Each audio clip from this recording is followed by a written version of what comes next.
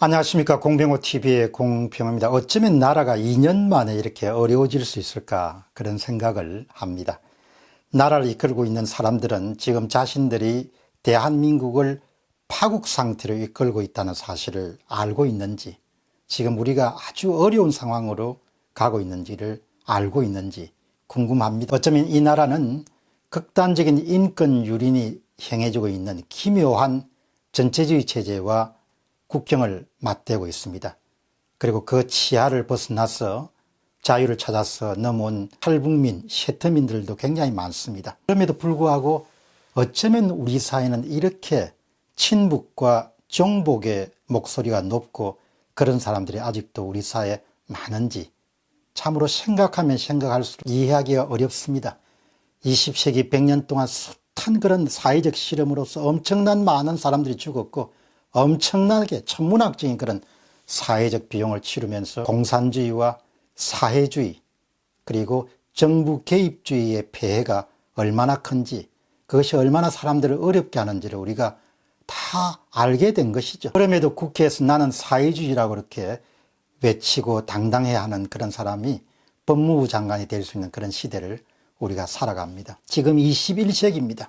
21세기가 막 문턱에 들었을 그때의 감격을 저는 지금도 기억을 하고 있죠. 20년이 지난 지금에서도 사회주의의 꿈, 정부 개입주의의 꿈, 어쩌면은 그런 것을 부러지는 사람들이 아직도 집권층의 상당수를 차지한다는 사실이 정말 놀랍기도 하고 정말 참으로 이해하기가 힘든 부분입니다. 나라가 어려워지고 사업 환경이 악화되면은 능력 있는 사람들은 떠나면 되죠. 능력 있는 사람들이나 가진 것이 많은 사람들이나 아니면 사업체를 갖고 있는 사람은 떠나면 됩니다. 그러나 대다수 사람들은 이 땅에 떠날 수 없고 이 땅을 벗삼아서 삶을 꾸려갈 수밖에 없습니다. 따라서 국가가 또 정치를 하는 사람들이 알아야 되는 것은 지금은 조선조가 아니고 능력 있고 가진 것이 많은 사람들은 항상 자신의 조국을 떠날 수 있는 그런 시대가 되었다는 점을 잊지 않아야 되는 거죠. 그래서 가능한 사람들에게 좀 더 매력적인 장소가 될 수 있도록 그렇게 선의의 경쟁을 벌이고 있는 시대가 바로 이 시대다, 이렇게 생각을 해보면 되겠죠. 이런 사실을 알게 되면은 좀 더 정치적인 그런 힘을 남용하거나 이런 부분들이 줄어들 수밖에 없지 않겠느냐, 또 줄여야 되지 않겠느냐, 그런 생각을 하게 됩니다. 사업을 하는 사람들은 자기 사업체를 많이 키우려고 하죠. 저처럼 이렇게 유튜브 방송을 시작하면은 어떻게 하면 좀 유튜브 방송을 잘 할 수 있을까, 그런 생각을 하는 거죠. 정치를 하는 사람들은 어차피 권력을 쥐면은 이 나라를 어떻게 하면 좀 더 부강하고 좀 훌륭한 나라로 만들 수 있을 것인가, 그렇게 생각을 해야 되는 거죠. 자신이 마땅히 해야 되는 일을 작품으로 생각할 수 있으면은 누구든지 좀 더 나은 결과를 만들어낼 수가 있겠죠. 첫 번째 질문은 스스로를 아는 일에 대해서 한번 살펴보겠습니다. 한국인들은 지난날 아주 열심히 했지만 동시에 가분한 행운이 함께했고, 그 다음에 미국이 제공한 안보, 그 다음에 일본이 제공한 기술과 성공 사례 같은 것에 도움을 많이 받아서 오늘날 놀라운 정도의 생활 수준을 유지하게 됐습니다. 그러나 어떤 것도 머물러 있지 않죠. 계속해서 새로운 게 변신해 나가고 혁신해 나가지 않으면 한때 아주 괜찮았던 것도 다 쓸모없고 생산성이 떨어지는 오래된 것으로 다 퇴락하고 마는 것이 삶의 진실이죠. 사람을 만나더라도 만날 때마다 옛날 이야기만 하는 사람을 계속 만날 수 없는 거 아닙니까? 그런 사람을 만날 때마다 성장하고 발전하는 것이 아니기 때문에 우리가 나라도 마찬가지죠. 지금 접하고 있고 앞으로 접하게 될 미래는 너무나 생소한 거죠. 계속 개인이든 국가든 사회든 간에 앞을 보고 나아가야 되는 거죠. 계속 앞을. 그럼 뒤에 가는 지나온 것, 50년 전에 100년 전의 것이 잡힐 가능성이 굉장히 낮은 거죠. 여러분 지금 한번 보시기 바랍니다. 스마트폰으로 들어간 모든 앱을 생산하는 업체들은 다 문을 닫았죠. 무인 자동차 상용화는 눈앞에 두고 있습니다. 우리에게 번영을 가져줬던 제조기술은 이제 거의 다 평준화돼 가고 있습니다. 인공지능의 상용화는 앞으로 수많은 그런 일자리를 소멸시키겠죠.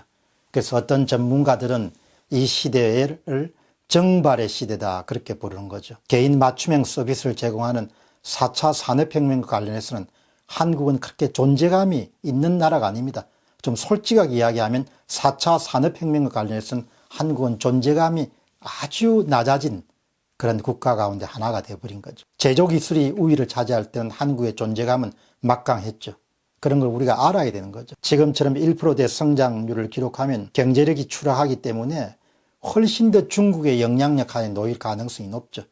그럼 국가 안보나 국방은 물론이고 민족의 생존과 자존과 자립도 유지하기가 힘들어지는 그런 나라가 될 수 있는 것이죠. 그러니까 항상 자꾸 뒤를 돌아보지 말고 지금부터 앞을 향해서 시선을 앞을 두고 계속해서 힘들더라도 스스로를 변신시켜 나가는 노력들이 굉장히 필요한데, 근래 우리 사회는 너무나 많은 시간과 에너지를 뒤를 돌아보고 그 다음에 자신을 바꾸는 노력보다도 누군가의 도움에 의존해 가지고 살아가는 것을 당연하게 여기는 그런 분위기가 굉장히 평배해 있죠. 다음 질문은 한국에 대한 단상입니다.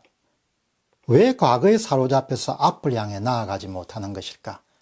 우리 사회를 볼 때마다 참 그런 걸 안타깝게 생각합니다. 앞을 향해 전진하는 사람들은 자신이 헤쳐가야 될 세월이 너무나 무시무시하고 너무나 역동적이고 너무나 흥미진진하기 때문에 과거 이야기를 갖고 허송세월을 보낼 수가 없는 것이죠. 앞이 너무나 새로운 거니까. 그 사람이 자꾸 옛날 이야기를 많이 한다는 것은 앞으로 가면서 계속 해야 될 일이 없기 때문에 옛날 이야기를 많이 하는 거죠. 사회도 마찬가지죠. 민족도 마찬가지고 국가도 마찬가지입니다. 지금은 누구도 해답을 가질 수 없는 그런 복잡한 시대가 됐습니다. 불확실한 시대가 됐습니다. 너무나 복잡하고 불확실하기 때문에 이때 우리가 선택해야 될 것은 정부나 관이 중심에 대해서 계획을 세워서 한 방향으로 나아가기는 너무나 위험하고 비효율적이라는 거죠. 그래서 이렇게 복잡하고 불확실하고 그 다음에 변화 속도가 빠른 시대에서는 가장 좋은 방법은 국가나 단체나 사회가 해답을 스스로 선택할 수 없기 때문에 1960년대 개발계획처럼 개발계획을 세워서 발전할 수 없다는 얘기입니다. 그때는 가장 좋은 것은 현장에 있는 경제 주체들의 가능한 많은 선택할 수 있는 권한과 책임을 넘겨줘서 그 사람들이 각자 알아서 각자 도생을 통해서 문제 해결책을 찾아내도록 하는 것이 가장 중요한 해법이라는 거죠. 우리가 지금 가는 것이 그 방향과 역주행을 하고 있는 겁니다. 점점점 세상은 복잡해지고 점점점 변화는 빨라지고 점점점 불확실한데 자꾸 나라 규모로 키우는 겁니다. 나라에서 이거 해라 저거 해라 이거 할 수 없다 저거 할 수 없다 그렇게 하면 결국은 나중에 어려워질 수밖에 없는 거죠. 어느 누구도 시대가 제시하는 그런 문제 해결책을 스스로 찾기가 어려워지기 때문에 그만큼 더 많은 사람들에게 권한을 분산시켜서 넘겨줘야 좋은 해법을 찾아낼 가능성들이 높다는 거죠. 자사고만 하더라도 관이 일률적 잣대를 구한다면 모든 사람이 일반고로 가야 된다. 이게 아니란 거죠. 이 시대는. 이 시대 해법은. 이 시대를 현명하게 살아가는 해법은. 결론적으로 한국인이 사는 길 어떤 게 있겠습니까? 하나도 어렵지 않습니다. 정치의 영역을 줄이고 정치의 권한을 줄이고 정치인의 목소리를 줄이고 현장에 서서 활동하고 있는 개인에게 더 많은 자유와 책임을 제공하고 평준화와 평등화라는 그런 이름을 내걸고 모든 것을 다 획일화시키지 말고 획일화를 강제하지 말고 강요하지 말고 각각의 개인이 자신의 창의력에 따라서 마음껏 실험할 수 있도록 그렇게 허락해 줘야 돼요. 또 한국 사람들 그런 부분이 굉장히 강하죠. 알아서 각자가 자신의 영역에서 힘껏 노력해서 살아남을 수 있도록 한껏 자유를 더 많이 제공해줘야 한국인들의 장점과 장기가 더 발휘될 수 있지 않겠느냐 그런 생각을 하게 됩니다. 근래 한국 사회를 다니면서 항상 아쉽게 여기는 것은 더 잘할 수 있는 사람들인데 더 잘할 수 있는 사회인데 이런 아쉬움이 따르는 겁니다. 자꾸 경제 주체들의 권한을 줘야 그렇게 일어서지 정부 사이즈를 키우고 공무원 숫자를 늘리고 공기업을 늘리고 그거 다 해결하고 평준화로 가는 것, 중앙 집중화로 가는 것은 그것은 망하는 길로 가는 겁니다. 공병호 TV의 공병호였습니다. 감사합니다.